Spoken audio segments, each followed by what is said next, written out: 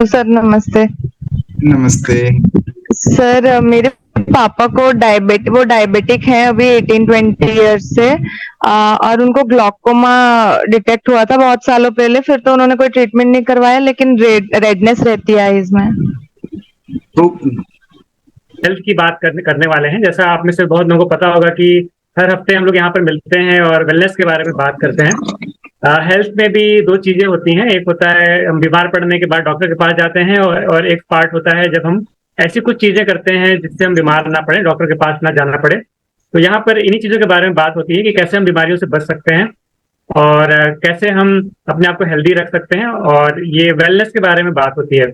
और जो आज बात करने जा रहे हैं वो इस फील्ड के बिल्कुल मास्टर हैं, क्योंकि वो बाय प्रोफेशन खुद भी एक डॉक्टर हैं और वो बीमारियों को भी अच्छे से समझते हैं और कैसे हम हेल्दी रह सकते हैं इसके बारे में भी बहुत अच्छे से समझते हैं। और बहुत ही सक्सेसफुल डॉक्टर हैं और बहुत बिजी रहते हैं। हम लोग बहुत लकी हैं कि उन्होंने टाइम निकाला आज हम लोगों के लिए, इस सेशन के लिए। तो आप लोग जरूर बड़े ध्यान से सुनिएगा, नोट्स भी बनाइएगा। और आज का जो टॉपिक है वो आई हेल्थ के ऊपर है, हमारी आंखें कैसे हेल्दी रह सकती हैं उसके बारे में है। तो बहुत ही इंपॉर्टेंट सेशन है, और इस सेशन के बाद अगर आपको कुछ क्वेश्चन है तो आप लोग वो भी पूछ सकते हैं। तो आप लोग की जोरदार तालियों से वेलकम करते हैं डॉक्टर लक्ष्मीकांत जी का। Thank you Sanjeev sir and all participants. मेरा नाम लक्ष्मीकांत है और आज हम लोग बात करेंगे आई हेल्थ पर। तो आई हेल्थ पर बात करने से पहले मैं अपनी स्टोरी बताऊंगा। पर्सनल मैं क्लास सेकेंड थर्ड में था और मुझे ऐसा लगता था कि मैं पीछे बैठता हूं तो बोर्ड का मुझे साफ नहीं दिखता। तो मैं किससे बताता? मैं जिनके साथ था, हमारे ताऊ जी थे। तो फिर उन्होंने कहा शायद मुझे चश्मे का शौक है। इनफैक्ट मैंने टीचर से भी बताया कि वहां व्यवस्था ऐसी थी कि जो पढ़ने में अच्छे बच्चे थे वो पीछे बैठे, जिनके ज्यादा मार्क्स आते हैं पीछे बैठे और कम मार्क्स वाले आगे बैठे, ताकि वो भी तेज हो जाए। और चूंकि मुझे पीछे बोर्ड का दिखता नहीं था तो मैं आगे बैठ जाता था, तो मुझे डांट पड़ती थी और मैं परेशान। तो टीचर को भी नहीं पता था कि पढ़ने में अच्छा होना अलग चीज है और विजन हेल्थ अलग चीज है। तो मैंने पेरेंट्स से बताया तो उन लोगों ने क्या बोला, जब हाई स्कूल में अच्छे नंबर आएंगे तब आपको चश्मा लगवा दिया जाएगा, मतलब चश्मा आपको जो भी गिफ्ट किया जाएगा वॉट एवर। तो मैं समझ सकता हूँ कि आपके घर में, आपके पड़ोस में कुछ बच्चे ऐसे होंगे जो सर दर्द की शिकायत करते होंगे, या ऐसे बहुत नजदीक से पढ़ते होंगे, या नॉर्मल ही होंगे।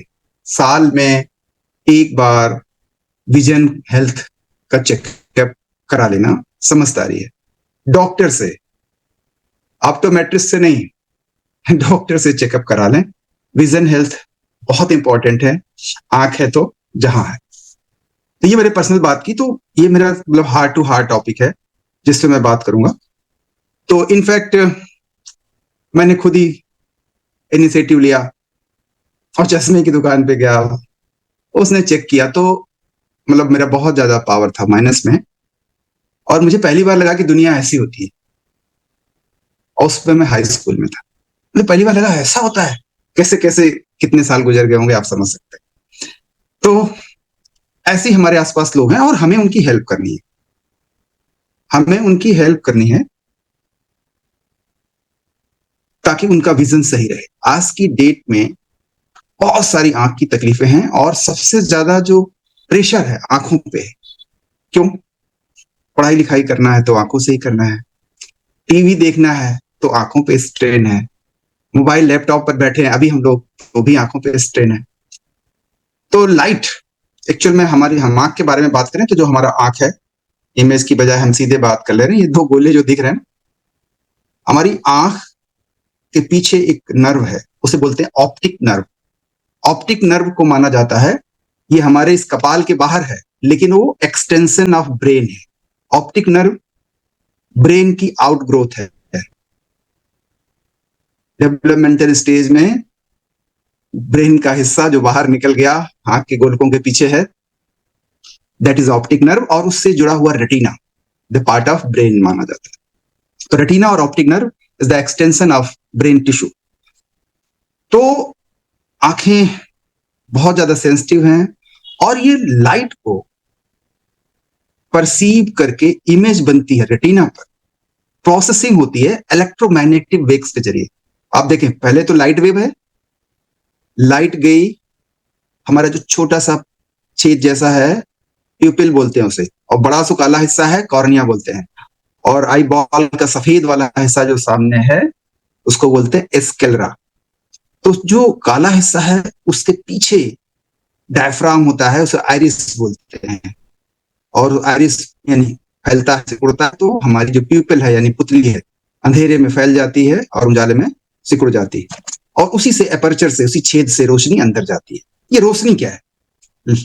रोशनी के बगैर हम देख नहीं सकते, लाइट के बगैर हम देख नहीं सकते। तो लाइट क्या है इस पर आपने फिजिक्स में पढ़ा होगा, लेकिन शॉर्ट में बात करते हैं। एक होता है विजिबल पार्ट ऑफ लाइट और एक होता है नॉन विजिबल। तो चार, हम लोगों ने बचपन में, हम सभी हाई नाइन्थ में या हाई स्कूल में पढ़ा होगा, 4000 एंगस्ट्रम से लगभग 7000 या 7800 के एंगस्ट्रम तक विजिबल पार्ट ऑफ लाइट होता है। उस लाइट में ही हम चीजों को देख पाते हैं, उसके बियॉन्ड और उसके बिलो हम नहीं देख पाते, लेकिन होता तो उसका भी वजूद है। तो सबसे ज्यादा फ्रीक्वेंसी और पावर वाली गामा रेज होती है, ये सब इलेक्ट्रोमैग्नेटिक है, दिख नहीं रहा लेकिन उसका भी असर हमारी आंखों पे रेडिएशन के रूप में बॉडी पे भी पड़ रहा होता है ना। और फिर गामा रेज के बाद उससे कम फ्रीक्वेंसी की एक्स रेज, फिर आपने सुना होगा यूवी रेज, वो हमारे लाइट का जो विजिबल पार्ट ऑफ लाइट है उससे ज्यादा हाई फ्रीक्वेंसी वाली जो लाइट होती है, that is visible ultraviolet rays. और फिर आपने सुना होगा उससे भी कम फ्रीक्वेंसी की, विजिबल से भी कम फ्रीक्वेंसी की इंफ्रारेड और माइक्रोवेव्स, और फिर रेडियो वेव्स, जो मोबाइल से हम लोग आज बात कर रहे हैं, दैट इज रेडियो वेव्स। इन सब का रेडिएशन हमारी बॉडी और हमारी आंखों पर, उसके बाद हमारे रेटिना पर भी पड़ता है। तो ये जो लाइट वेव्स हैं, इलेक्ट्रोमैग्नेटिक वेव्स हैं, इसके जरिए इमेज बनी, फिर ऑप्टिक नर्व के थ्रू यही जो हमारी फोटो इलेक्ट्रोमैग्नेटिक वेव्स हैं, ये बायोकेमिकल ट्रांसिजन हो जाता है, और उसके बाद जो हमारा ऑप्टिक चियाज्मा होता है, मतलब जहां पर इमेज को परसीव किया जाता है ब्रेन के अंदर प्रोसेसिंग के बाद। तो ये बहुत कॉम्प्लेक्स व्यवस्था है, इनमें से कहीं भी कुछ भी इशू होता है तो इमेज ठीक से नहीं बनती और हम प्रॉब्लम में आते हैं, हमें चीजें ठीक से दिख नहीं होती। अलग अलग जानवरों को अलग अलग तरह से दिखता है। जैसे मान लीजिए डॉग है, तो डॉग उस तरह से नहीं दिखता जिस तरह से हम आप देख पाते हैं। हमारे रॉड एंड कोन्स डिफरेंट है। कोन्स बेसिकली कलर के लिए होते हैं और rods basically main purpose light के लिए होता है। जैसे कुछ पक्षी हैं, जैसे मुर्गा है या मुर्गी है, तो उसमें रॉड्स ज्यादा होते हैं, इसलिए वो लाइट का परसेप्शन हमसे आपसे पहले कर लेते हैं, और सुबह भाग देने लगता है मुर्गा, उसे पहले पता चल जाता है कि सुबह हो गई। वो लाइट सेंसिटिव ज्यादा है, हम उसके मुकाबले कलर सेंसिटिव ज्यादा है। और ये जो रॉड एंड कोन्स रेटिना में है, ये प्रॉपर तभी काम करते हैं जब रेटिनॉल या विटामिन ए हमारे रेटिना में पर्याप्त होता है। अगर ये नहीं है तो हम नाइट ब्लाइंडनेस या रतौंधी के शिकार हो जाते हैं, हो सकते हैं।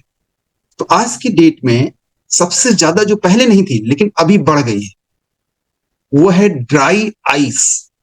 ड्राई आइस समझते हैं आप?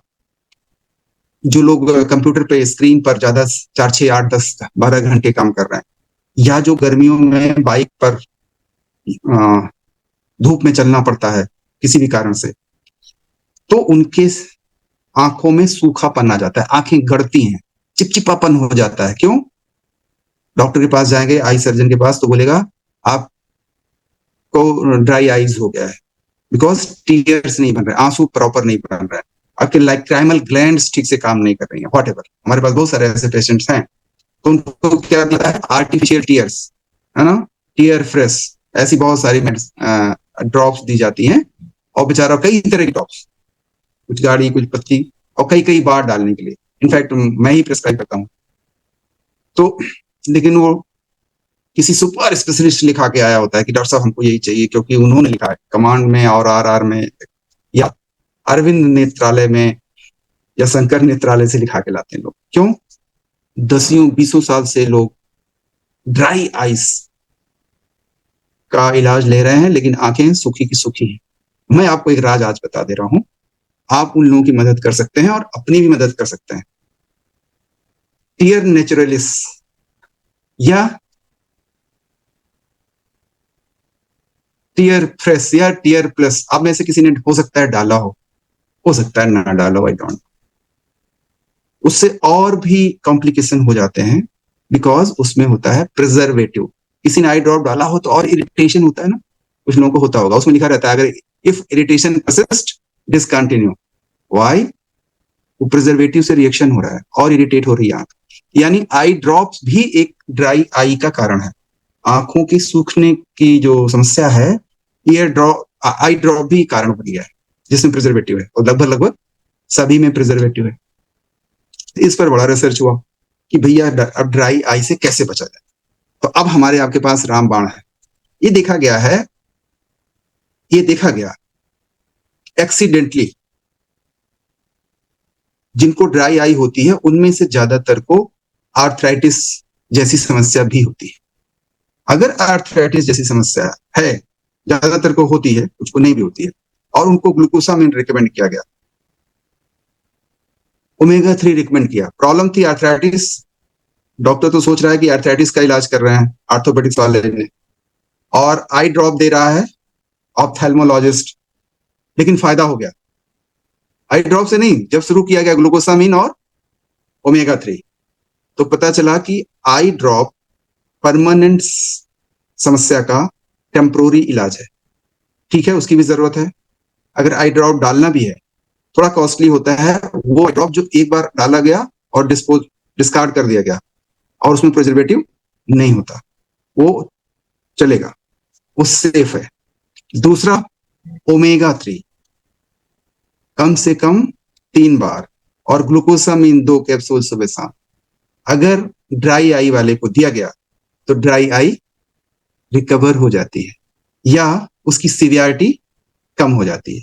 ये राज की बात है जो ज्यादातर शायद अभी आई के एक्सपर्ट्स नहीं समझ पा रहे हैं, जो आप जान गए।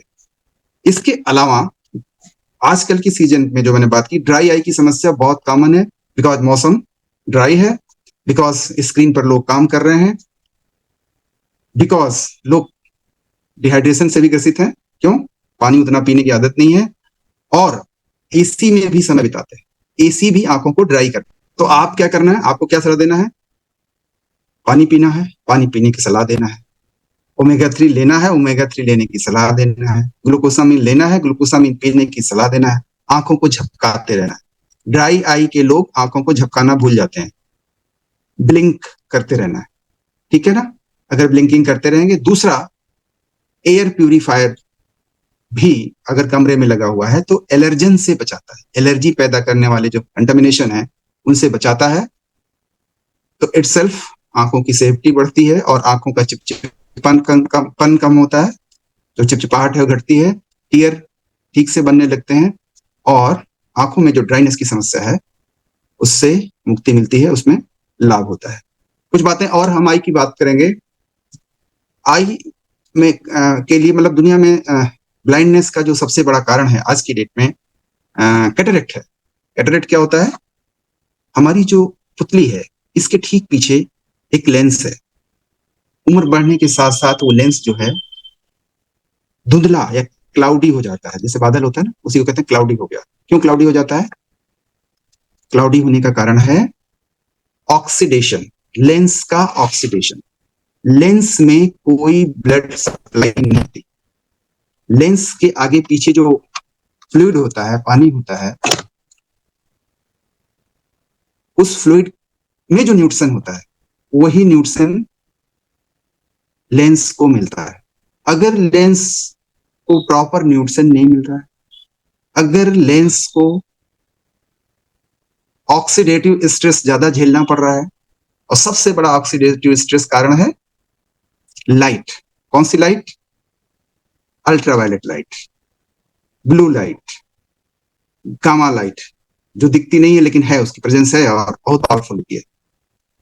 और सो मेनी रेडिएशंस माइक्रोवेव में यूज हो रहा है। ये सब जो इलेक्ट्रोमैग्नेटिक रेडिएशन है ये हमारे आंखों में स्ट्रेस पैदा करता है, ऑक्सीडेटिव स्ट्रेस। इसके अलावा हम स्ट्रेस में हैं हम सभी स्ट्रेस में हैं, वो भी स्ट्रेस पैदा करता है। हमारा खान पान फास्ट हो गया है और हम ठीक से सो नहीं पा रहे हैं, गहरी नींद में नहीं जा रहे हैं। सोते समय भी लाइट जला के सोते हैं कि कुछ लोगों को घबराहट होती है अंधेरे से। Whatever the reason, oxidative stress बढ़ा हुआ है। इस वजह से लेंस में कुछ लोग तो 5-6 साल में कैटरेक्ट हो जा रहा है, 5-6 साल में कैटरेक्ट हो जा रहा है। जो कैटरेक्ट 60-70 साल का, अब वो किसी भी एज में हो जा रहा है। कैटरेक्ट मतलब ओपासिटी ऑफ द लेंस, धुंधलापन, पारदर्शिता खत्म। तो क्या होता है, डॉक्टर बोलेंगे IOL आज के डेट में होता है, इंट्रा ऑक्यूलर आंख में।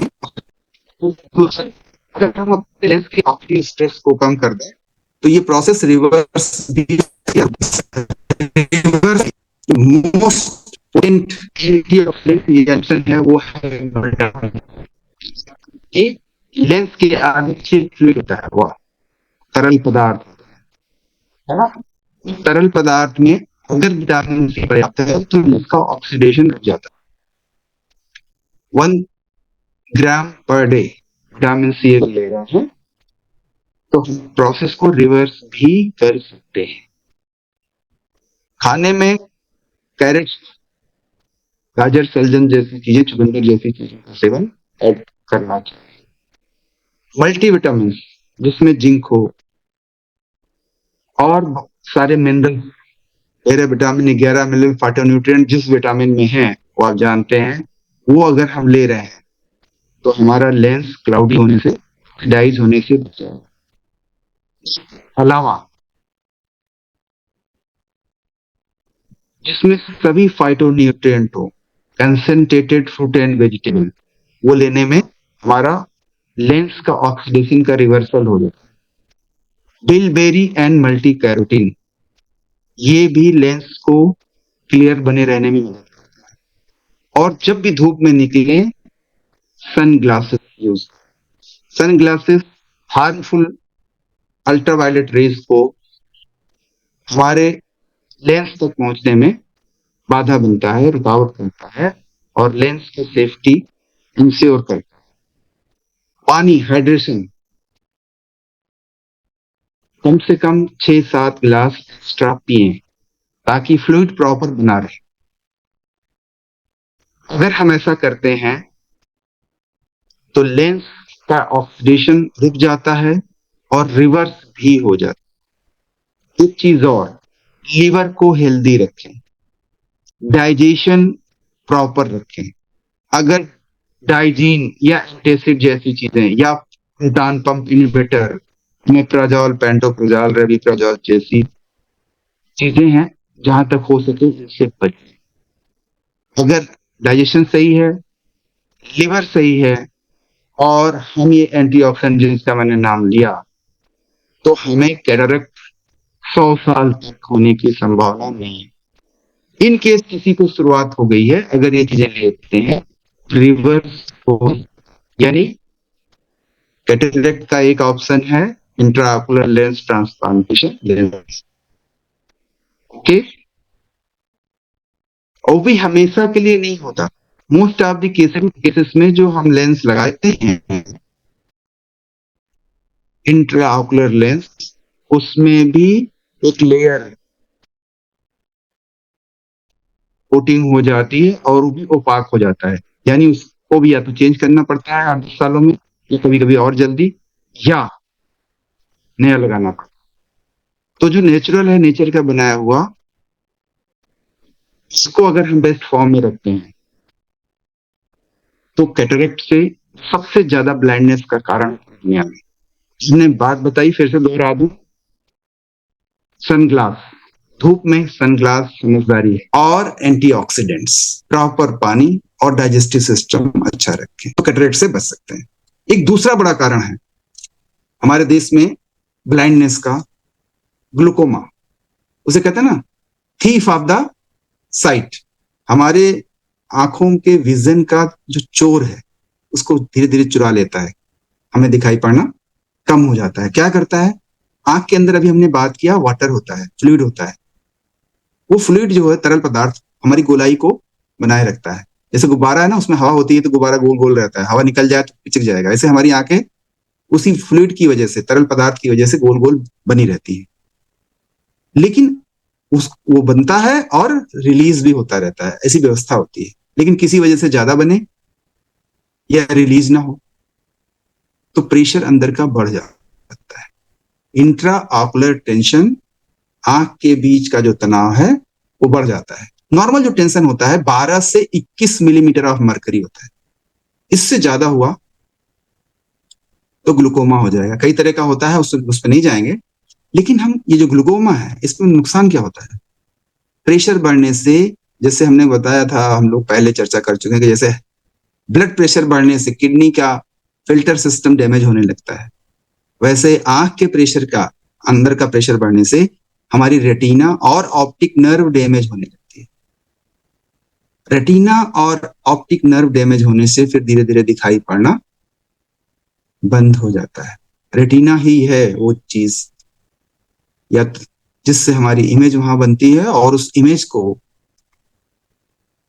कन्वर्ट करके सिग्नल्स में ऑप्टिक नर्व ब्रेन तक ले जाती है। तो कैसे हम ग्लूकोमा से बचें? तो ग्लूकोमा को यह भी कहा जाता है टेंशन डिसीज, तनाव की वजह से हो रही है। तो रिलैक्सेशन करें, तनाव कम करें। आंखों की एक्सरसाइज और फिजिकल एक्सरसाइज, एक ही जैसे बता ना, पलक झपकना भी हम लोग भूल गए हैं, तो पलक झपकाते रहें। डाइजेशन सही रखें, नींद पूरी लें, वाटर इनटेक पूरा करें। और जो सप्लीमेंट्स अभी हमने बात की, vitamin D, vitamin C, multi carotene, vitamin E, B complex और ओमेगा 3। ओमेगा 3 रेटिना को बचाए रखने में, ऑप्टिक नर्व को बचाए रखने में, ऑकुलर टेंशन को कम करने में बहुत बहुत बहुत पावरफुल रोल निभाता है। और हम सब की डाइट में ये बाहर से चाहिए और ये कम होता जा रहा है। इसके अलावा जिंगो बिलोबा हमारे पास है, जिनसेंग की जिंगो बिलोबा। ये ब्लड का फ्लो रेटिना तक बढ़ा देता है, ऑप्टिक नर्व तक बढ़ा देता है। इसके सेवन से भी फायदा होता है। मल्टीविटामिन, नेचुरल ऑर्गेनिक जो हमारे पास है, ये भी हमारे रेटिना और ऑप्टिक नर्व को प्रिजर्व करने में मदद करता है। गार्लिक का भी रोल पॉजिटिव है। तो अगर ये चीजें हम लेते हैं तो ग्लूकोमा से बच सकते हैं, और हो गया है तो इससे रिवर्स भी कर सकते हैं। अभी तो हमने बात की ड्राई आई की, कैटरेक्ट की, ग्लूकोमा की, और हम आगे बात करने वाले हैं macular degeneration, age related macular degeneration. और एज नहीं भी हुई है तो भी मैकुलर डिजेनरेशन हो रहा है। मैकुलर क्या है? हमारे रेटिना का एक हिस्सा है, सेंट्रल पार्ट है रेटिना, यानी पर्दा, आंख के सबसे पीछा हिस्सा जहां इमेज बनती है। तो आज की डेट में देखा जा रहा है, खासकर ओल्ड एज में, लेकिन ये आज की ओल्ड एज से पहले भी हो जा रहा है। क्यों हो जा रहा है? इसे बोलते हैं स्टारवेशन ऑफ रेटिना। रेटिना भूखे मरने लगती है। क्यों? जो चाहिए नहीं मिल रहा है। क्यों नहीं मिल रहा है? या तो हम खा नहीं रहे हैं, या वो खून की नली जो रेटिना तक सप्लाई करती है वो ठीक से सप्लाई नहीं कर रही। तो क्या होता है? मैकुलर डिजेनरेशन हो जाता है। तो मैकुलर डिजेनरेशन से बचाने के लिए अगेन क्या करना होगा? Salmon omega 3, multivitamin, blood circulation बढ़ाने के लिए जिंको बिलोबा, सेल के ऑक्सीडेटिव स्ट्रेस से निपटने के लिए विटामिन सी, डाइजेशन सही रहे, मिल्क थिसिल, एवीएच। ये जो एवीएच है ना, हर जो बीमारी है बेसिकली एक सिम्टम है, हमारे अंदर कोई डिसऑर्डर है उसका एक सिम्टम है। तो एक अवसर भी है अपनी लाइफस्टाइल इंप्रूव करने का, अपने डाइट में सही चीजें ऐड करने का। तो जिनको है उनके लिए एक अवसर भी हो सकता है, जिनको नहीं है तो आज ये अवसर हो सकता है कि हम समझ जाएं कि हमें क्यों लेना है। तो स्टारवेशन ऑफ रेटिना यानी मैकुलर डिजेनरेशन से बचने के लिए salmon omega 3, multivitamin, ginseng with ginkgo biloba, vitamin C, AVH, milk thistle और अल्ट्रावायलेट लाइट से बचने के लिए सनग्लासेस का यूज करें। खासकर जो ओमेगा 3 में डीएचए होता है वो हमारे रेटिना के रिसेप्टर्स के लिए बहुत फायदेमंद होता है। रेटिना भी की जो सेल्स हैं वो भी एक सेल्स हैं, उनके अंदर भी माइटोकॉन्ड्रिया होता है, उनके अंदर भी एनर्जी प्रोडक्शन होता है। तो एनर्जी प्रोडक्शन प्रॉपर हो सके तो बी कॉम्प्लेक्स और कोएंजाइम क्यूटेन की जरूरत होती है, ल्यूटीन मल्टी कैरोटीन की जरूरत होती है। और ये अगर ले रहे हैं तो यकीन मानिए मैंने एकदम धुंधले से साफ दिखते हुए लोगों को देखा है।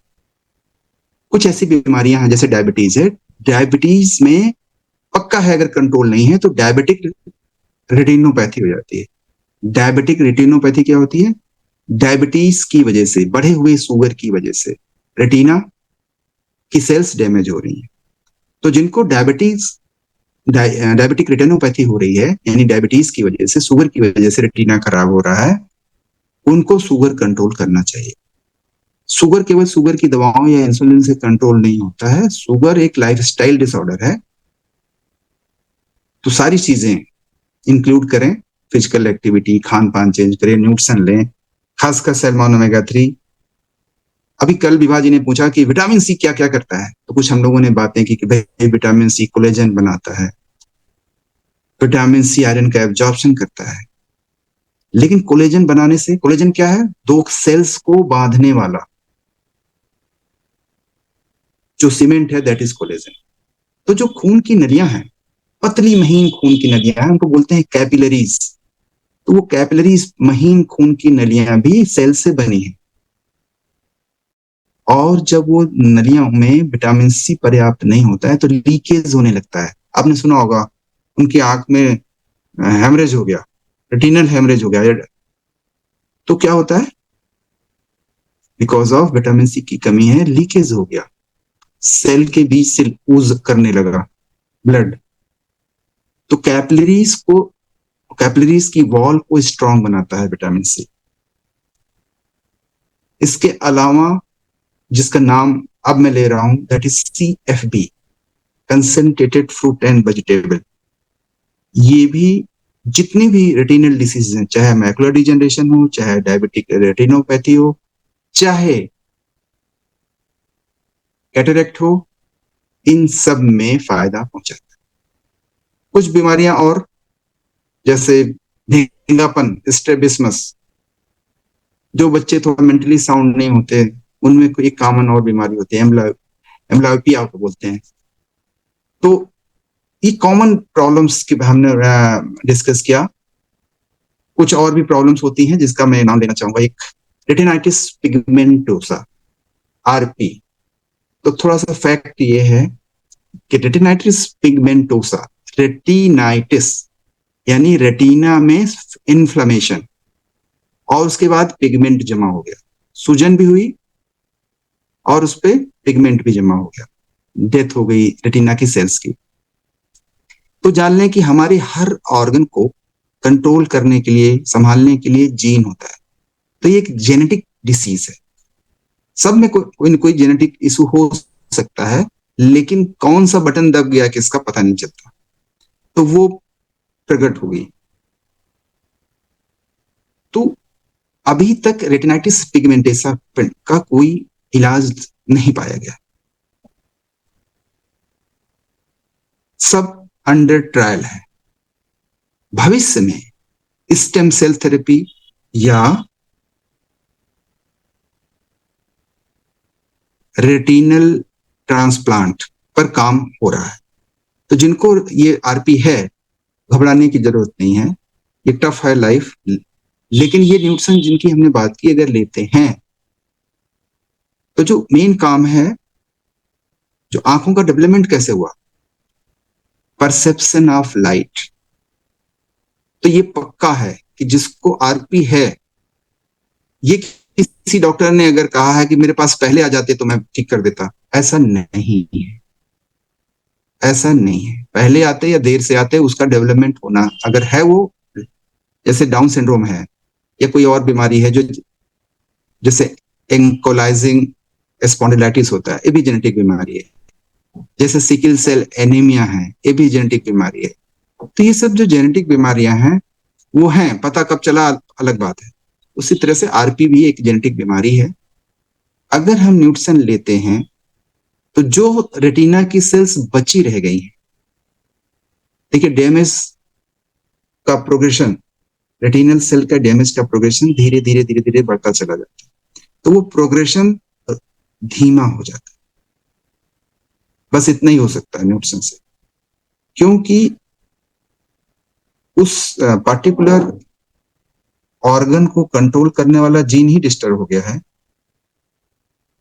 जीन का मतलब हर गुण को, हर कैरेक्टर को कंट्रोल करने के लिए हमारी बॉडी में जीन होता है, वो जीन डिस्टर्ब हो गया है और उस चीज को कंट्रोल नहीं करता।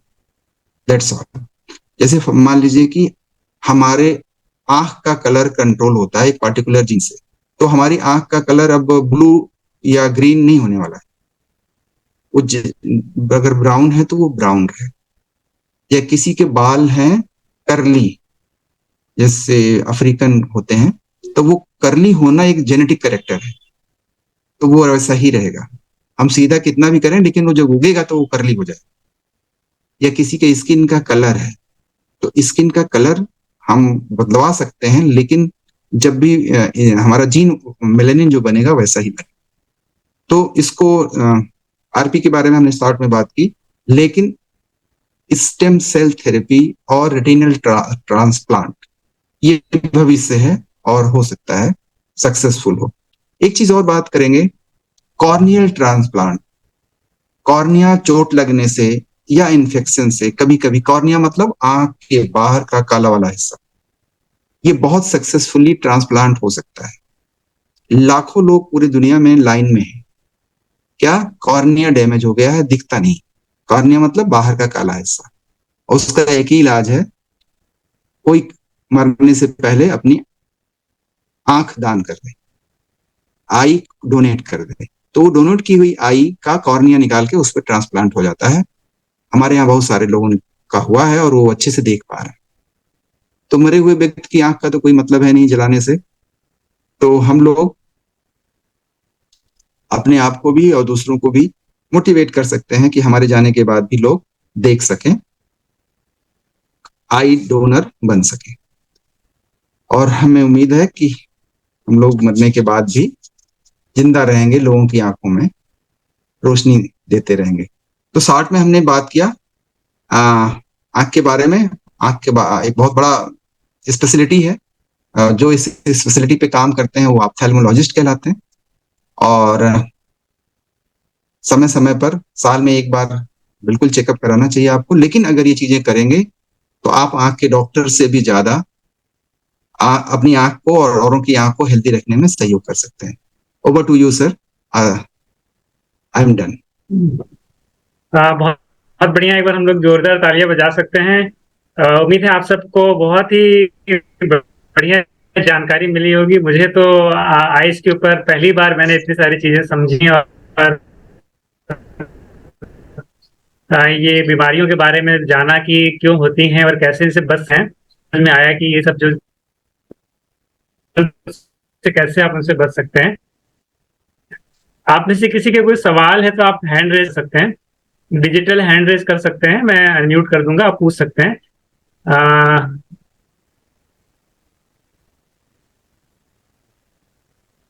अच्छा मौका है आप सभी के पास, अगर आप लोग कुछ पूछना चाहें, क्योंकि ऐसा मौका बार बार नहीं आएगा। आप अपने सवाल पूछ सकते हैं। ईशा जी ने हैंड रेज किया, ईशा जी अनम्यूट कर लीजिए।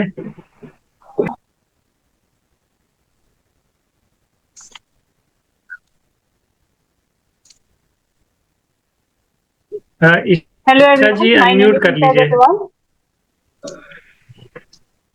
मेरी आवाज आ रही है? जी सर, मेरी एक दीदी है, उनको रेटिनाइटिस पिगमेंटोसा की प्रॉब्लम है। तो उनको आपकी आपकी कौन है? मेरी दीदी है, हम्म उनको रेटिनाइटिस पिगमेंटोसा की प्रॉब्लम है। हम्म तो उनको विटामिन सी में और CVF में हम क्या डोजेज दे सकते हैं? CFB 2 गोली पर डे और विटामिन सी सुबह शाम देना चाहिए। तो सर CFB किस टाइम देना अच्छा रहेगा? सबसे बढ़िया समय होता है न्यूट्रिशन लेने का CFB और विटामिन सी दोपहर के खाने के साथ। Okay sir.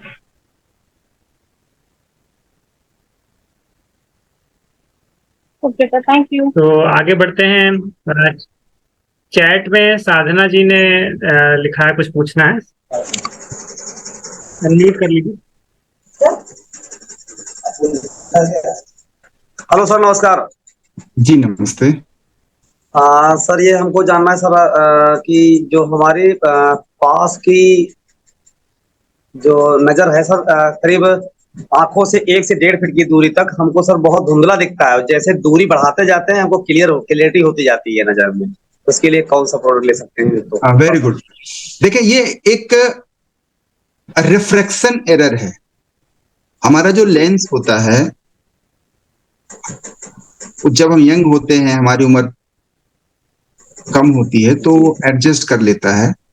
उम्र बढ़ने के साथ साथ एक एक होता है निकट दृष्टि दोष, एक होता है दूर दृष्टि दोष, एक होता है जी जरा दृष्टि। जरा मतलब अब 40 साल के हो रहे हैं तो एडजस्ट करने में लेंस को प्रॉब्लम होती है। तो बस 40 के ही होने वाले हैं। हाँ, तो 40 साल लग गया है।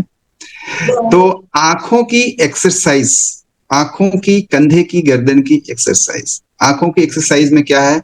आंखों को गोल गोल क्लॉकवाइज, फिर एंटी क्लॉकवाइज, फिर उंगली को या पेंसिल को सामने रख के उंगली को फोकस करना, फिर दूर देखना, फिर फोकस करना, दूर देखना।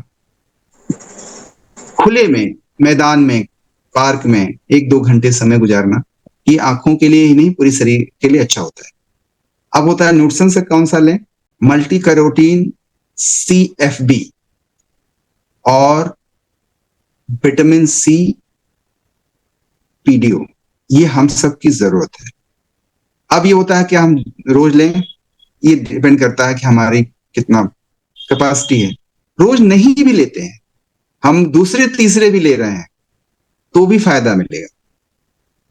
रोज नहीं लिया, किसी की भाई कोई कंडीशन है ऐसी, नहीं ले सकते रोज। एक दिन डेली लिया, एक दिन CFB लिया, एक दिन विटामिन सी ले लिया, तो एकदम नहीं लेने से लेना कुछ हद तक ही लेना फायदा करेगा। दूसरा, आंखों को बंद करना, जोर से खोलना। सुबह और एटलीस्ट सोते समय जब हम ब्रश करते हैं उसके बाद पानी मुंह में रख के उसको कुलकुली करके रिलीज कर देना। तो आजकल गर्मियां हैं तो आंखें कूल रहेंगी अंदर से, तो जो जो समस्या आ रही है इसमें कमी आएगी। और डेफिनेटली आई चेकअप के बाद एक लेंस लगा सकते हैं, प्रोग्रेसिव लेंस लगा सकते हैं। तो उससे क्या होगा कि आपको पढ़ने लिखने की समस्या में तत्काल राहत हो जाए। नेक्स्ट आगे बढ़ते हैं। योगेंद्र जी ने हैंड रेस किया है। Thank you Sandeep ji. नमस्ते डॉक्टर साहब। जी नमस्ते। मेरा एक तो सवाल जो अभी रामू जी ने पूछा था वही था, और नेक्स्ट जो मैं पूछना चाह रही हूँ, मेरा बेटा है 16 साल का है और मेरे ख्याल से 4 साल हो गया उसको आई साइड का वीक हो रही थी। जैसे आपने अपने बचपन की कहानी बताई वैसे ही था उसके साथ भी, उसने मुझे बताया तो हम लोगों ने विश्वास नहीं किया क्योंकि हम लोग सारे प्रोडक्ट उसको काफी पहले से ही दे रहे थे, लेकिन जब टेस्ट कराया तो उसकी वीक निकली। तो लेकिन जब से उतनी ही मेंटेन्ड है, क्योंकि हम CFB और ये जो भी जब छोटा था तो उस तरह के प्रोडक्ट और अभी CFB उसको देते हैं, तो उसकी उतनी मेंटेन्ड है। लगभग 1 उसकी है जो चश्मा उसका लगा हुआ है। तो क्या इसको ये एक एज के बाद ये खत्म हो सकता है या ये रहेगा फिर हमेशा चश्मा? देखें बेसिकली क्या होता है, ये रिफ्रैक्शन एरर है। आई बॉल थोड़ा इलोंगेटेड हो जाता है। तो एक ही रास्ता है, न्यूटन के साथ साथ 1 घंटे खुले में व्यतीत करें। खुले में, जो पार्क थोड़ा बड़ा हो। जब बच्चा दूर देखता है, आज की डेट में मायोपिया के पेशेंट मतलब मिलियंस में नहीं बिलियंस में। तो एक रिफ्रैक्टिव एरर है। जब आदमी या बच्चा नजदीक देख 6 घंटे 8 घंटे 10 घंटे वो किताब कॉपी के सामने बैठा हुआ है, तो आंखें नजदीक के लिए फिक्स हो जाती हैं। तो बेस्ट उपाय है 1-2 घंटे दूर वाला, जैसे दूर देखने का काम है। जैसे फुटबॉल खेल रहा है बच्चा तो थोड़ा दूर देखेगा, या कोई और खेल ऐसा जिसमें दूर वो देख सके, या इस तरह की दूर देखने वाली एक्सरसाइजेज हैं, ऐसा करें। ये तो हो गया ऐसा। दूसरा है लेजर थेरेपी से। एक बार क्या हुआ, बच्चा जैसे आपका है 6-7 साल 8 साल के बच्चे लड़ाई कर रहे थे, झगड़ा कर रहे थे। तो उसकी कहानी ऐसी है कि झगड़े में लड़ाई में एक बच्चे का लेंस टूट गया और आंख में गड़ गया, धंस गया। ये अमेरिका की बात। अच्छा, फिर लेंस उसको निकाला गया। जिस आंख में लेंस धंसा था, कांच का टुकड़ा, वो आंख का विजन नॉर्मल हो गया। तो डॉक्टरों को बड़ा अजीब लगा कि ऐसा कैसे हो गया। तो अब इस पर रिसर्च हुआ तो पता चला कि वो कट लगने से आई बॉल का शेप सही हो गया। तो पता चला कि अगर ऐसे ही कट हम दें तो आई बॉल का शेप सही हो सकता है। और फिर उसी से फिर निकला, पहले चीरा लगता था, अब लेजर थेरेपी होती है, अब तो और एडवांस थेरेपी हो गई है। तो वो करवा सकते हैं, कोई करवाना चाहे तो। उसका खर्चा लगभग 80,000 से ऊपर आता है लेजिक का, जिसपे लेजर से चीरा लगवा देते हैं और आई बॉल का शेप सही हो जाता है और चश्मा उतर जाता है।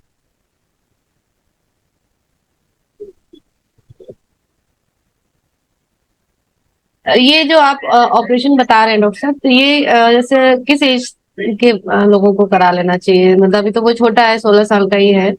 हाँ, अब ये सही है, करा सकते। अच्छा, करा सकते हैं। तो ये दोबारा फिर होने के चांसेस रहते हैं क्या? अगर जैसे एक बार करा लिया लेजर से, तो क्या ये दोबारा से ये प्रॉब्लम हो सकती है? नॉर्मली काफी दिन तक चलता है। तो जिन लोगों को शादी करानी रहती है अपनी, किसी की शादी में बाधा आ रही चश्मे की वजह से, वो लोग ज्यादा ध्यान देते हैं इस पे। शादी तो हो ही जाएगी उसके बाद थैंक यू। शादी की बाधा दूर हो जाएगी। नेक्स्ट कुमार शुक्ला जी ने हैंड रेज किया है, आप अनम्यूट कर लीजिए।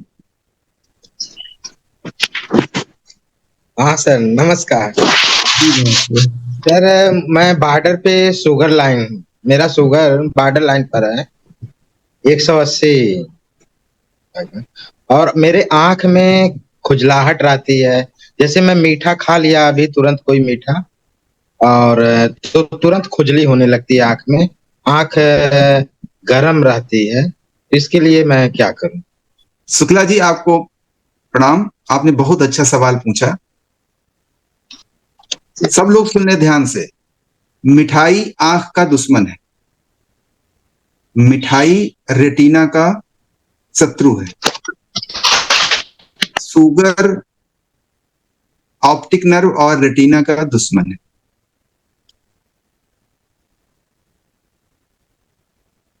अब आप समझ लें कि जिस भी चीज में शुगर है, ग्लूकोज है, मिठाई है, वो आंख को, आंख के रेटिना को, आंख के लेंस को डैमेज करता है। तो जो लोग भी चाहते हैं कि रेटिना उनका सही रहे, जो लोग भी चाहते हैं रेटिना इंप्रूव करे, जो लोग भी चाहते हैं हमारा लेंस में कभी कैटरेक्ट ना हो, अपने आप को ग्लूकोज या सुक्रोज या मिठाई से बचाएं। मतलब मिठाई हमारा भोजन हेल्थ वाला नहीं है। एक तो ये हो गया। दूसरा, अगर आप मीठा खाना ही चाहते हैं तो मधुनाशिनी आप लीजिए। हर हाल में लीजिए। मिल्क थिसिल सुबह शाम, मधुनासिनी सुबह शाम, न्यूट्रालाइट डेली सुबह शाम, एवीएच सुबह शाम, ओमेगा 3 सुबह शाम लीजिए। तभी आप कुछ दिन शुगर का स्वाद लेकर भी आनंदित रह पाएंगे।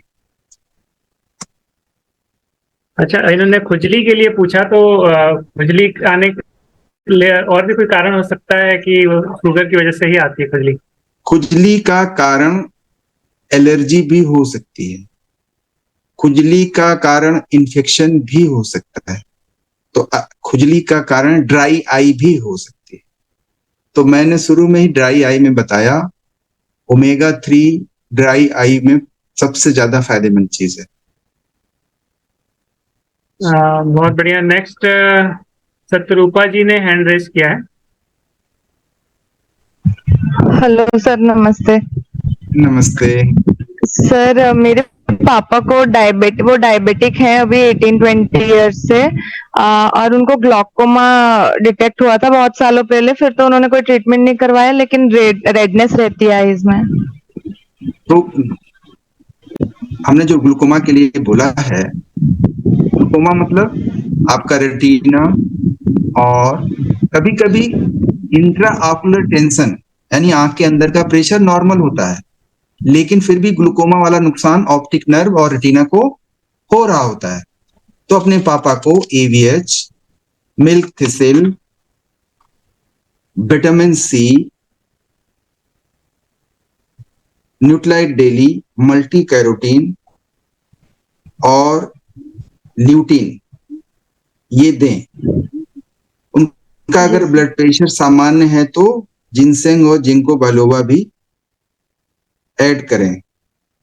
गार्लिक सुबह शाम दें, क्योंकि उनका ट्राइग्लिसराइड भी डिसबैलेंस होगा। वो अगर नहीं लेना चाहें तो ये जो वीडियो का रिकॉर्ड होगा तो इसको आप जरूर दीजिएगा। जितने भी ग्लूकोमा के लोग हैं, मैंने बताया, ये कहते हैं ना कि हमारी आंखों की रोशनी का चोर है, चुरा ले जाता है। तो क्या क्या करना चाहिए, मैंने दोहरा दे रहा हूं। रिलैक्सेशन करना चाहिए, डाइजेशन सही रखना चाहिए, प्रॉपर स्लीप करना चाहिए, डाइट सही करना चाहिए, पानी कम से कम 5-6 गिलास धीरे धीरे 24 घंटे में एक्स्ट्रा पीना चाहिए, ओमेगा 3 का सप्लीमेंटेशन लेना चाहिए, मल्टी कैरोटीन का लेना चाहिए, मल्टी विटामिन का लेना चाहिए, विटामिन सी का लेना चाहिए, विटामिन डी का लेना चाहिए। ब्लड सर्कुलेशन अच्छे से रेटिना और ऑप्टिक नर्व में बना रहे, उसके लिए जिंको बाइलोबा सुबह शाम लेना चाहिए, और गार्लिक भी सुबह शाम लेना चाहिए। पर्पस क्या है, हमारे आंखों के अंदर का जो रेटिना है और ऑप्टिक नर्व है वो सही रहे, और इंट्रा ऑकुलर टेंशन घटे, नॉर्मल रेंज में बना रहे। ऐसा करने से नॉर्मल रेंज में बना रहेगा। अदरवाइज डॉक्टर आई ड्रॉप लिखेंगे, टिमोलॉल लिखेंगे, डालते रहिए, उसके अलग साइड इफेक्ट होंगे। मैंने बताया कि सभी ड्रॉप्स में प्रिजर्वेटिव मिला होता है, और सभी प्रिजर्वेटिव आंखों में इरिटेशन पैदा करते हैं, और वो इरिटेशन की वजह से कुछ दिन बाद आंखों में ड्राई आई की समस्या भी आ जाती है। इसीलिए हर आई ड्रॉप में लिखा रहता है, stop use if irritation persist. क्योंकि आंखें हमारी नेचुरल हैं और केमिकल डाल रहे हैं तो इरिटेशन होना ही होना है। तो ये नेचुरल चीजें लेंगे तो आंखों का, अब समझिए कि आंख है तो जहान है। 80% जो कम्युनिकेशन हम इस दुनिया से करते हैं आंखों के थ्रू करते हैं, देख करके करते हैं। तो आप अपने फादर को बचा सकती हैं, और डिटेल में उनको हेल्प करना है तो क्या आपका डॉक्टर पोषक तत्वों के बारे में जानता है? वो जो आंख वाला चैप्टर है, या पूरी किताब कहिए, कई बार पढ़ें या सुने, चॉइस है। Thank you for asking. Next Shabana ji ने हैंड रेस किया है। पूछिए। हाँ चल बेटा, आओ इधर आओ बेटा। हेलो, हाँ डॉक्टर साहब, ये मेरे को आई साइड वीक है। इसको हमको लगता है 2 ईयर से हम लोगों ने अंदाजा लगाया कि पता नहीं क्यों आंख से बहुत दूर से देखती थी। और एक मिनट इधर लेकिन अंदाज नहीं मिलेगा। तो इसको डॉक्टर को हमने दिखाया था, तो एक आई साइड बहुत वीक थी, जब रेटिना से देख कमजोर उसकी मतलब काफी आंख कमजोर पड़ी, तो तिरछा देख रही थी एक साइड से, लेफ्ट से। एक्चुअली सर इनकी बेटी जो है 5 इयर्स की है और एक आंख की रोशनी जो है काफी कमजोर है, डॉक्टर ने चश्मा दिया है और एक चश्मे को कवर करके भी दिया है उससे आंखों की प्रैक्टिस के लिए। पैच लगाने के लिए बोला है 1 घंटे के लिए। हाँ वही तो जी। हमने अभी नाम लिया था एम्बलाइपिया। तो एम्बलाइपिया में क्या होता है कि ब्रेन प्रोसेस नहीं कर पाता। जैसे हम सभी लोग देखते हैं तो 2 इमेजेस बनती हैं, लेकिन ब्रेन उसको एक करके देखता है। हमारे सामने कोई एक चीज है तो दोनों आंखों से देखने पर प्रोसेस करके वो एक चीज दिखती है, लेकिन ऐसे बच्चों में एक आंख की इमेज को तो रिसीव करता है ब्रेन, दूसरे की नहीं कर पाता। ये डिफेक्ट होता है। और ठीक है, आप डॉक्टर के टच में अपने बने रहें, न्यूट्रिशन लेते रहें, लेकिन ये समस्या है, इसका समाधान आपके डॉक्टर आपको बताएंगे। लेकिन 5 साल की अगर बच्ची है तो किड्स ड्रिंक और ओमेगा 3 एडल्ट वाला कम से कम एक दीजिए। एक ओमेगा 3 एडल्ट वाला दीजिए किसी भी रूप में, उसको मुंह में गार दीजिए, चला जाएगा। और किड्स ड्रिंक 2 स्कूप सुबह शाम लीजिए, तो और डिटोरिएशन नहीं होगा। कम से कम एक आंख तो बच्ची रहेगी। 3 बच्चों को दे सकते हैं क्या इसमें? हाँ बिल्कुल। अच्छा। नुकसान कुछ नहीं होगा, फायदा बहुत होगा। फर्दर डैमेज से बच जाएगी। कम से कम एक आंख से तो दिखता रहेगा। इस जो बीमारी है इसमें हमारा ब्रेन बताया ना, प्रोसेस नहीं कर पाता, एक ही इमेज को प्रोसेस कर पाता। अच्छा, वैसे डॉक्टर ने कहा है कि इंशाल्लाह ठीक हो जाएगा 8 इयर्स तक की। बिल्कुल। तो वही बताया ना कि अभी पता ना कि मिस अलाइनमेंट है, तो वो अलाइनमेंट इंप्रूव हो सकता है। आप न्यूट्रिशन को बढ़ा के ओमेगा 3 कम से कम एक एडल्ट वाला दीजिए और किड्स ड्रिंक 2 स्कूप सुबह शाम दीजिए, ठीक होने में मदद मिलेगी। नेक्स्ट सुनील एंड सीमा जी ने हैंड रेज किया। नमस्कार सर। नमस्ते जी सर, एक क्वेश्चन मेरा था। अभी 4 महीने पहले क्या हुआ कि मुझे कंजक्टिवाइटिस हुआ था लेफ्ट आईज पे। तो उसमें दिखना बहुत ही पुअर हो गया था, बट रेगुलरली सप्लीमेंट्स मैंने लिए और उससे मेरे को फायदा हुआ और अच्छा खासा अब जो है नॉर्मल, ऑलमोस्ट नॉर्मल है।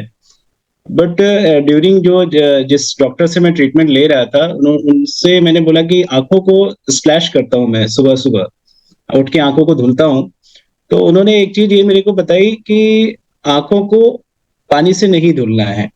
अब मुझे समझ में नहीं आ रहा है कि मैं उस चीज को, प्रैक्टिस को अपना जारी रखूं कि ना रखूं, बिकॉज ये तो मैं बचपन से ही धुलता आ रहा था आंखों को सुबह सुबह उठ के, बट उन्होंने मेरे को एक डाउट दे दिया कि आंखों को पानी से नहीं धुलना चाहिए। अब मुझे समझ में नहीं आ रहा कि मैं उस कंडीशन में क्या करूं, क्योंकि मुझे पानी से धुलना बड़ा मॉर्निंग में बड़ा सुकून सा लगता है। तो देखिए, ऐसा उन्होंने क्यों बताया, क्या रीजन रहा? बहुत अच्छा सवाल है। हम आंखों को बार बार पानी से धुलते हैं तो आम धारणा ये है कि आंखें धुल जाएंगी, फ्रेश हो जाएंगी और उसमें नमी आ जाएगी, लेकिन उल्टा है। आंखों का जो हमारा मतलब टीयर है, आंसू है, वो केवल पानी नहीं होता, उसमें ऑयल भी होता है, उसमें म्यूसिन भी होता है और उसमें पानी भी होता है। तो जब हम बार बार आंखों को धुलते हैं तो वो आंखों को ड्राई करता है। क्योंकि वो ऑयल भी धुल गया, म्यूसिन भी धुल गया और उसमें कुछ और भी एंजाइम्स होते हैं, वो भी धुल गए। और बचा क्या, जो हम जिससे धुला यानी पानी, तो वो हमारी आंखों को ड्राई करेगा और ड्राई होगा तो फिर आपकी दिक्कत ड्राई आई वाली हो जाएगी। अच्छा। धुल सकते हैं आंखों को बंद करके। हमने क्या बताया अभी आपको, मुंह में डाल के कुल्ली करें, मुंह को धुलें तो मुंह ठंडा होगा अंदर से, तो आंखें ठंडी हो जाएंगी। ओके। आंखों को खोल करके बहुत धुलने से ड्राइनेस की समस्या बढ़ती है, बिकॉज हमारी बहुत सारी जैसे लैक्राइमल ग्लैंड्स होती हैं, मीबेबियन ग्लैंड्स होती हैं, ये अलग अलग चीजें बनाती हैं और फिर आंसू के रूप में रिलीज होता है। तो जितनी बार हम ब्लिंक करते हैं वो तीनों चारों जितनी भी मतलब हमारे टीयर में ऑयल और म्यूसिन और वाटर और कुछ एंजाइम्स और कुछ एंटी माइक्रोबियल एजेंट्स भी, वो सब आंखों में एक लेयर बनाते हैं, लेकिन प्लेन वाटर से धुल देने पर वो सब धुल जाते हैं। तो आंखों पर हार्मफुल इफेक्ट होने की मतलब ऑब्जर्वेशन है ऐसा। तो उन्होंने जो सलाह दिया डॉक्टरी हिसाब से सही दिया। ओके, तो मतलब दिन में मतलब एक बार मॉर्निंग में धुला जा सकता है? जब आप ब्रश करते हैं तो पूरा चेहरा धुलते हैं। यस। आंखों, अच्छा एक चीज और, जैसे हम लोग फेस वॉश से या साबुन से कुछ लोग चेहरा धुलते हैं, तो आंखों में वो साबुन और फेस वॉश नहीं जाना चाहिए। इनफैक्ट फेस पे कुछ लोग लगाते हैं फेस का जो भी फेस में लगाने वाली क्रीम या आई क्रीम भी आंखों में नहीं जाना चाहिए। और कभी अगर आंखों में जरा सा आसपास भी जाता होगा तो आंखों में बहुत इरिटेशन होता होगा। Yes yes. तो आंखों से दूर ही रखें, कोई भी चीज लगाने वाली आंखों से दूर रखें।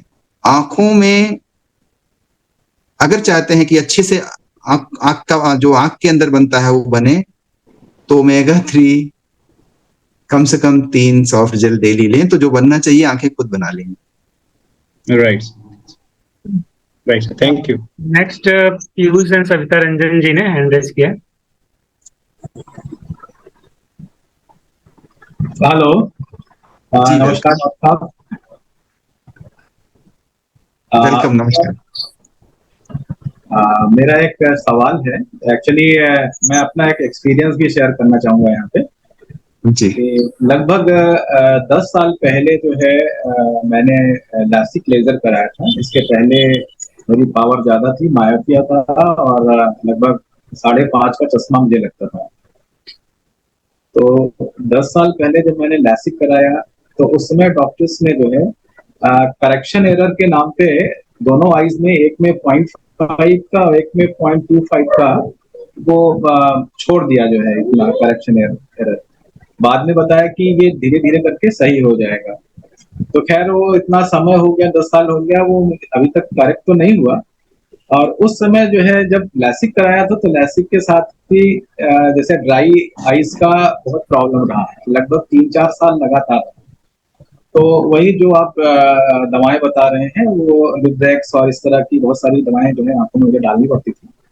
लेकिन फिर जो है चूंकि हम लोग सिस्टम में थे तो हमने जो है अपना मल्टी कैरोटीन और ओमेगा 3 टाइम्स लेना शुरू किया। तो उससे मुझे बहुत राहत मिली है ना, और जो ड्राई आइज की समस्या थी काफी हद तक जो है उसमें सुधार हुआ। और इसके साथ ही में जो है ल्यूटिन लेना शुरू किया मैंने और डेली भी लेता रहा। तो मुझे पता नहीं क्यों ऐसा लगता रहा कि जब ल्यूटिन और डेली एक साथ हम लेते हैं तो फिर से जो है 3 टाइम्स ओमेगा 3 लेने के बाद भी वो ड्राइनेस होना शुरू हो जाती है। और फिर अगर हम डेली और ल्यूटिन बंद कर देते थे तो फिर जो है मुझे फिर ड्राइनेस ठीक हो जाता। तो क्या ये जो मैंने इस तरह का एक्सपीरियंस है, क्या वाकई जो है जो सही है, या इससे जो है इस तरह के ड्राइनेस? हाँ बिल्कुल सही है। पहली चीज तो लेजिक कराने के बाद ड्राइनेस ज्यादातर लोगों को होती है, एकदम सही है।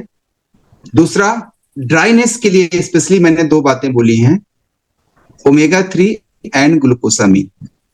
जी। तो बाकी चीजें आप लेते हैं वो आपका एक्सपीरियंस है, लेकिन ड्राई आइज के लिए ग्लूकोसामीन अगर आप ऐड करते हैं और ओमेगा 3 तो आप ले ही रहे हैं, तो स्पेशली ड्राई आइज के लिए, ड्राई आइज में क्या होता है, जो आंखों की बाहर की मेम्ब्रेन है वो ड्राई हो रही है, वही चीज हमारे कार्टिलेज में भी होती है।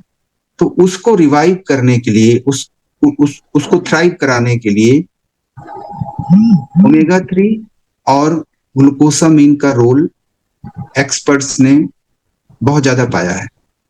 तो आप ओमेगा 3 ले ही रहे हैं जी, ग्लूकोसामीन उसमें ऐड करके हम लोगों को 1 महीने बाद फीडबैक दीजिए। जी जी, specially in dry eyes. Dry eyes का मतलब आप जानते हैं, ड्राई आइज में क्या क्या होता है। क्योंकि मुझे ड्राई आइज की समस्या खुद नहीं है, मैं दूसरों का ठीक करने में कामयाब रहा हूं। तो ड्राई आईज में क्या क्या आपको होता है, आप चाहें तो बाकी लोगों को भी बता दें, उन लोगों को भी पता चल जाएगा कि उनको भी समस्या है। लासिक कराने के बाद जो है वो टीयर ग्लैंड्स में कुछ ना कुछ इफेक्ट आता है, तो टीयर्स बनना कम हो जाते हैं, तो उसकी वजह से ड्राइनेस रहती है आंखों में। और ड्राइनेस होने के बाद जो है इरिटेशन भी होता है, क्योंकि जो है जो पलकें हैं अंदर से वो चिपकती हैं आई बॉल में, तो ये चीजें होती हैं। एग्जैक्टली तो आपका एक्सपीरियंस सही है, लेकिन मैं आपको बताऊंगा, आप ओमेगा 3 का डोज अगर आप 4 कर दें या उससे ज्यादा कर दें तो ड्राई आइज में और ज्यादा मदद मिलेगी। तो एकदम सही बताया आपने, लेकिन ये आप जान लें, सभी लोग जान लें कि डॉक्टर अभी तक मेरी जानकारी में ड्राई आइज के लिए केवल आई ड्रॉप ही जानते हैं। अब आप जानते हैं कि ठीक है, आई ड्रॉप वो परमानेंट समस्या का टेम्पोररी इलाज है। अब इनफैक्ट टेम्पोररी इलाज भी नहीं है, ज्यादातर डॉक्टर प्रिजर्वेटिव मिला हुआ आई ड्रॉप रिकमेंड करते हैं, और इरिटेशन काज करता है और ड्राइनेस करता है लॉन्ग टर्म। लेकिन ओमेगा 3 परमानेंट सोल्यूशन है ड्राई आई का। तो देखिए, आपने एग्जाम्पल भी देख लिया, थैंक यू। अच्छा, एक मेरा जो है सवाल ये है कि जो 40 प्लस हैं और जिनकी आईज अभी सही है, और अगर हम उनकी आईज को और बेहतर रखने के लिए मतलब और कम से कम डिटोरिएशन हो के साथ, इसके लिए अगर हम उनको कुछ रिकमेंड करना चाहें तो 3 से 4 जो है सप्लीमेंट्स कौन से हमें रिकमेंड करने चाहिए? क्योंकि बहुत सारे लोग अगर ज्यादा करें तो वो नहीं लेते हैं, तो 3 से 4 सप्लीमेंट्स में जरूर चाहूंगा आपकी तरफ से कि आप बताएं कि जो हम उनको रिकमेंड कर सकते। जिनको कोई भी दिक्कत नहीं है और वो चाहते हैं कि हमारी आंखें सही रहें, डेली और ओमेगा 3 ये 2 अगर 2 से ज्यादा करते हैं तो मल्टी कैरोटीन कर सकते हैं, और 3 से ज्यादा करते हैं तो बिलबेरी कर सकते हैं। ठीक है, थैंक यू डॉक्टर साहब। वेलकम। नेक्स्ट अजय यादव जी ने हैंड रेज किया है। हाँ नमस्ते सर, मेरा नाम अजय है और मैं सर बाइक बहुत अधिक चलाता हूँ। तो जब भी बाइक चलाकर शाम को रुकता हूँ तो मेरा आंख पूरा काफी मतलब गर्म सा फील होता है। तो उसको फिर वही सर एक सवाल की जाता हूँ बाथरूम में, उसको आंख से पानी से धुल लेता हूँ तो अभी तो ठीक हो जाता है। पर प्रेजेंट टाइम में इस सेशन को सुनकर ऐसे लगता है कि पानी से भी धुलना उचित नहीं है। तो सर उसके लिए कुछ फूड सप्लीमेंट हो तो। हाँ, पानी से धुलने का मतलब थोड़ा समझें। आंख के अंदर जो लैक्राइमल ग्लैंड्स हैं, मेबोनियन ग्लैंड्स हैं, वो ऑलरेडी बनाती हैं क्या? आंसू, और वो नेचुरल ढंग से बनता है। जब हम आंख को धुलते हैं, आंख खोल के धुलते हैं तो वो धुल जाता है, और फिर वो बार बार धुलते हैं तो फिर ड्राइनेस, पानी तो बहुत जल्दी सूख जाता है ना। तो हमारी आंखों में ऐसा पदार्थ है, वो लिक्विड है आंसू, जो जल्दी सूखता नहीं है। वो उसमें म्यूसिन होता है, उसमें ऑयल्स होते हैं, तो वो जल्दी सूखते नहीं है। लेकिन केवल पानी होता है तो सूख जाता है। तो आंखों को ड्राइनेस बढ़ाता है केवल पानी से आंखों को धुलना।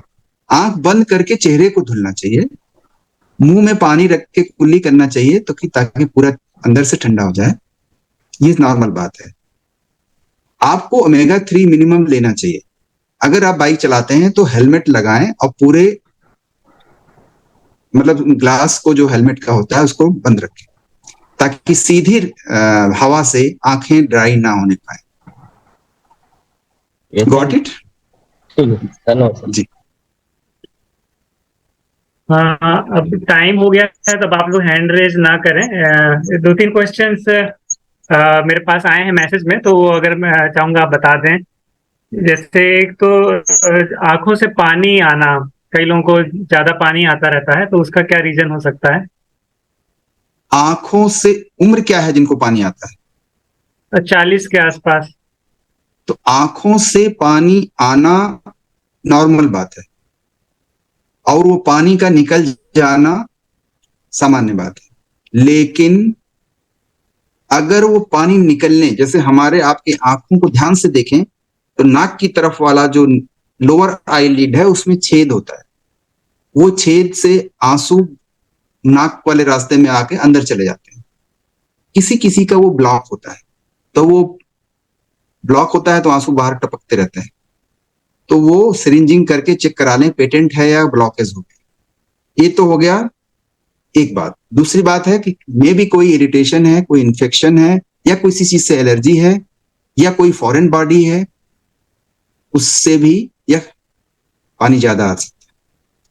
वो आंखों का डिफेंस मैकेनिज्म है, या कोई चोट लगी हो कि भैया आंसू के साथ वो इन्फेक्शन रिलीज हो जाए या फॉरेन बॉडी रिलीज हो जाए, तो एग्जैक्ट कारण पता चलेगा जब उनको मतलब चेक कराएंगे। विश्वजीत जी ने हैंड रेज किया था। विश्वजीत जी, आप कुछ पूछना चाह रहे हैं? जी सर, नमस्ते। डॉक्टर साहब नमस्कार। नमस्ते सर, कभी कभी गाड़ी में अगर एसी का हवा डायरेक्ट आंख में लग जाता है तो पानी गिरने लगता है और काफी समय तक गिरता रहता है। तो मतलब ये हेल्दी आई का लक्षण है कि अगर कोई नुकसानदायक चीज गई जी जी जो आंखों को सुखा सकती है, तो आंखें ज्यादा पानी बना रही हैं ताकि वो गीला हो जाए, आंखें सूख जाएंगी तो फिर हम देख नहीं पाएंगे। हमारा जो कार्निया होता है, आंख का सामने वाला हिस्सा, उसमें कोई सीधी ब्लड की सप्लाई नहीं होती है। वो जो लिक्विड है आंख के अंदर, उसी से न्यूट्रन लेता है। तो आंखों की ऐसी व्यवस्था है कि भाई सूखने ना पाए, और तो हम इसीलिए पलकें बनाई गई हैं। पलक के आगे आई लेसेस बनाए गए हैं, और सबसे फास्ट रिफ्लेक्स है ब्लिंकिंग, यानी पलक झपकना। मतलब कहावत है पलक झपकते ही, तो सबसे फास्ट रिफ्लेक्स है ये। तो आंखें को हम सभी जानबूझ के आदत बनाएं पलक झपकाने की। जहां तेज हवा आ रही है, इस तरह का है, तो आंखें बंद कर लें बैठे हैं तो, ताकि वो तेज हवा से हमारी आंखें बच सकें। जब हम विकास के क्रम में, मान लीजिए आप ऊंट देखें, ऊंट को जो पलकें होती हैं उसके नीचे भी एक पलक होती है। ऐसे ही पानी के जो जानवर है जैसे मेढक है, उसके भी एक एक्स्ट्रा पलक होती है। हमारे पास एक ही पलक है, लेकिन उसके नीचे एक वेस्टिजियल ऑर्गन है। अगर आप देखें नाक की तरफ, तो एक उठा हुआ हिस्सा है, वो शो करता है कि कभी पूरा कवर करता था, तो अब वो व्यवस्था नहीं रह गई है। तो हमें आंखों को इसलिए प्रोटेक्शन देना है। इसलिए मैंने सन ग्लासेस की बात बार बार की है कि जब भी तेजी से हवा लगने का चांस हो, सनग्लास बड़े साइज का, नॉट फैशनेबल नहीं है, आंख को बचाने का उपाय। एक कॉमन बहुत क्वेश्चन आता है लोगों को कि जैसे आंख फड़कती है, तो एक मान्यता है कि आंख फड़क रही है तो अच्छा होगा, बुरा होगा, इसलिए आंख फड़क रही है। तो क्या ये रीजन होता है आंख फड़कने का कि कुछ अच्छा या बुरा होने वाला है, या कोई साइंटिफिक रीजन होता है इसका?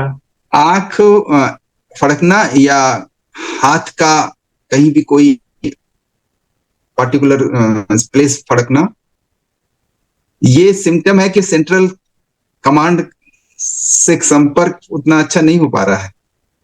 हमारा ब्रेन पूरी बॉडी को 24 घंटे कंट्रोल करता है, लेकिन कभी कभी लोकल कहते हैं ना, कुछ रियासत के लोग, लोकल लोग फड़कते हैं तो क्या क्या हो जाता है, फिर सेंट्रल कंट्रोल करता है। तो आंखें अगर फड़क रही हैं और लगातार फड़क रही हैं, तो देयर समथिंग कंट्रोल से बियॉन्ड जा रहा है। तो अपने हाथ लगा करके वहां थोड़ा बहुत आगे पीछे करके मसाज करके कंट्रोल थमा देना चाहिए सेंट्रल सिस्टम को। ये कोई और मतलब अच्छी बात नहीं है, कोई उसका क्या कहते हैं अच्छा या बुरा जैसा नहीं है। हर पार्ट का नर्वस कंट्रोल है, वो कंट्रोल थोड़ी देर के लिए उस जगह से बियॉन्ड हो गया, तो अब वो अपने लोकल कंट्रोल में आ गई चीज, तो फड़क रहा है। इसी तरह से जैसे झटके आते हैं, मिर्गी आती है, मिर्गी में क्या होता है, जो कमांड है, कंट्रोल है ब्रेन का, वो डिस्टर्ब हो गया है, तब वो अपने से ओवर शॉक में चला गया है, ओवर एक्साइटेशन में हो गया उस पार्टिकुलर आर्गन में। और एक आध क्वेश्चन आए हैं, जैसे कुछ लोगों को आईज के सामने ऐसे डॉट डॉट टाइप दिखने, आई फ्लोटर्स बोलते हैं इसको, वो तैरते हुए दिखने लगते हैं, तो वो क्या ये बहुत नॉर्मल है कि कुछ उसका और आई फ्लोटर्स उम्र बढ़ने के साथ साथ बढ़ते हैं, लेकिन CFB और ओमेगा 3 के सेवन से ऐसा पाया गया है कि फ्लोटर्स घट जाते हैं, कम हो जाते हैं। सेशन रहा और बहुत कुछ सीखने को मिला आइस के ऊपर। मैंने इससे बढ़िया सेशन आज तक नहीं अटेंड किया था। इतनी सारी जानकारी मैं वैसे भी बुक्स में बहुत कुछ पढ़ा, लेकिन इतनी सारी जानकारी प्रैक्टिकली बात मुझे मिली आइस के बारे में। उम्मीद है आप सबका यही एक्सपीरियंस होगा। सेशन की खूबी है कि आपको प्रैक्टिकल जानकारी मिलती है और इस तरह की जानकारी आपको और कहीं नहीं मिलने वाली है। इसीलिए आप लोग जरूर हर हफ्ते कनेक्ट होइए और अपने लोगों को भी कनेक्ट करिए। तो हम लोग एक बार थैंक्स बोल सकते हैं, तालियां बजा सकते हैं डॉक्टर साहब के लिए। उन्होंने इतना टाइम दिया और इतना हम लोग ब्लेस्ड हैं कि वो हम लोगों को इतना टाइम देते हैं। तो अगले हफ्ते फिर से हम लोग मिलेंगे एक नए सेशन के साथ में। और तो आप सभी लोगों को good night. Thank you all of you sir, good night.